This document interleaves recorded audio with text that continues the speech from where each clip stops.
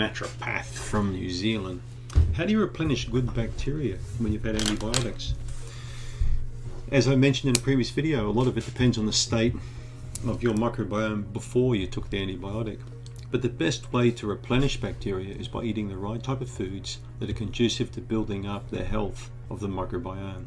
That's the intelligent approach, which usually means a plant-based diet of fibers. Okay? I'm not saying avoid meat.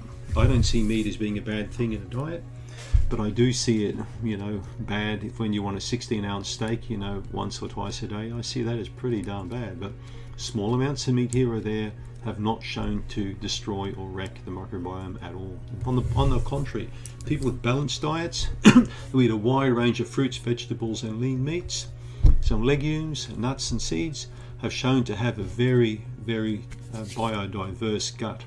Hundreds of species.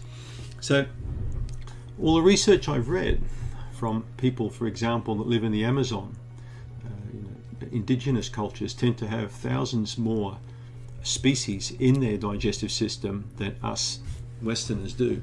And the main reason is because their diet is far more natural and plant-based. Right? But the other thing that you must never forget with these people, compared to us, with these cultures, is their lifestyle.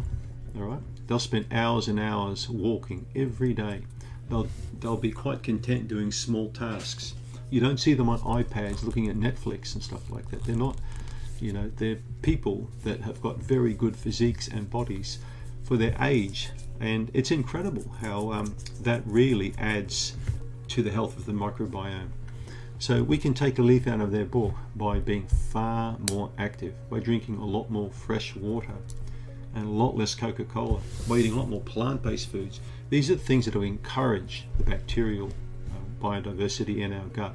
And it makes a lot of sense to me to do that. So replenishing good bacteria is not just about popping a pill. It's about popping the right food in the mouth. Now, I've spoken plenty of times on this channel about the right type of foods to eat to build up digestive health. So make sure you have a look at my videos regarding that, on what to eat to build up the gut, on the probiotic foods, for example, right? The brightly colored foods. We've spoken so much about this on this channel already. We're talking about things like carrots and sweet potatoes and broccoli and Brussels sprouts and kale and all of the things which I enjoy eating, which I'm sure that a lot of my viewers like eating too. Hazelnuts, would you believe it, are good for the microbiome. So are almonds, an alkaline nut, good to eat. 2 or 3 Brazil nuts a day. All clever things that help to build up and replenish the gut. Kombucha, if your gut can handle it. So the foods you need to be careful of in terms of the rebuild would be kefir and kombucha, especially if you're not accustomed or seasoned to those foods, taking them in regularly. To me, adding kefir to your diet is a little bit like buying a high-performance motorbike. Okay, now you may be used to riding a bicycle, but now you're hopping on a 1000cc motorbike with a lot more grunt there and power. It can cause a lot of damage if you don't know how to handle it properly. Kefir is no different. I've seen people that will drink a pint of kefir a day, literally 2 or 3 times a day they're drinking kefir, thinking it's going to help their gut. And then, of course, several days later, I get the email that they've got explosive diarrhea and serious cramping in their digestive system. And, you don't hop on that motorbike and go around a racetrack on the first week you've got it and expect not to come off, right? It can take a while before you get the skill set in knowing how to operate the machine. And then after a while, you know exactly how to operate that machine. Now, kefir's no different. Now, yogurt, I would put more in the scooter category, to be honest, right? Especially sour Greek yogurt, small amounts. And again, we don't want a big scooter, we want a little scooter, so we start maybe even with a few teaspoons. If you're not accustomed to the cultured foods, fermented foods, start small, and then a little bit more, and a little bit more, and a little bit more, and a little bit more. It's gentle. This is how I started with sauerkraut years ago. And I'm just starting now with tempeh to make tempeh cultures and to add a lot more tempeh, the fermented soybean, into my diet. So always start small, and this is how you rebuild your gut. And as you're building up those levels of those things like sauerkraut or kefir's down the track, remember, wait till you're a bit better.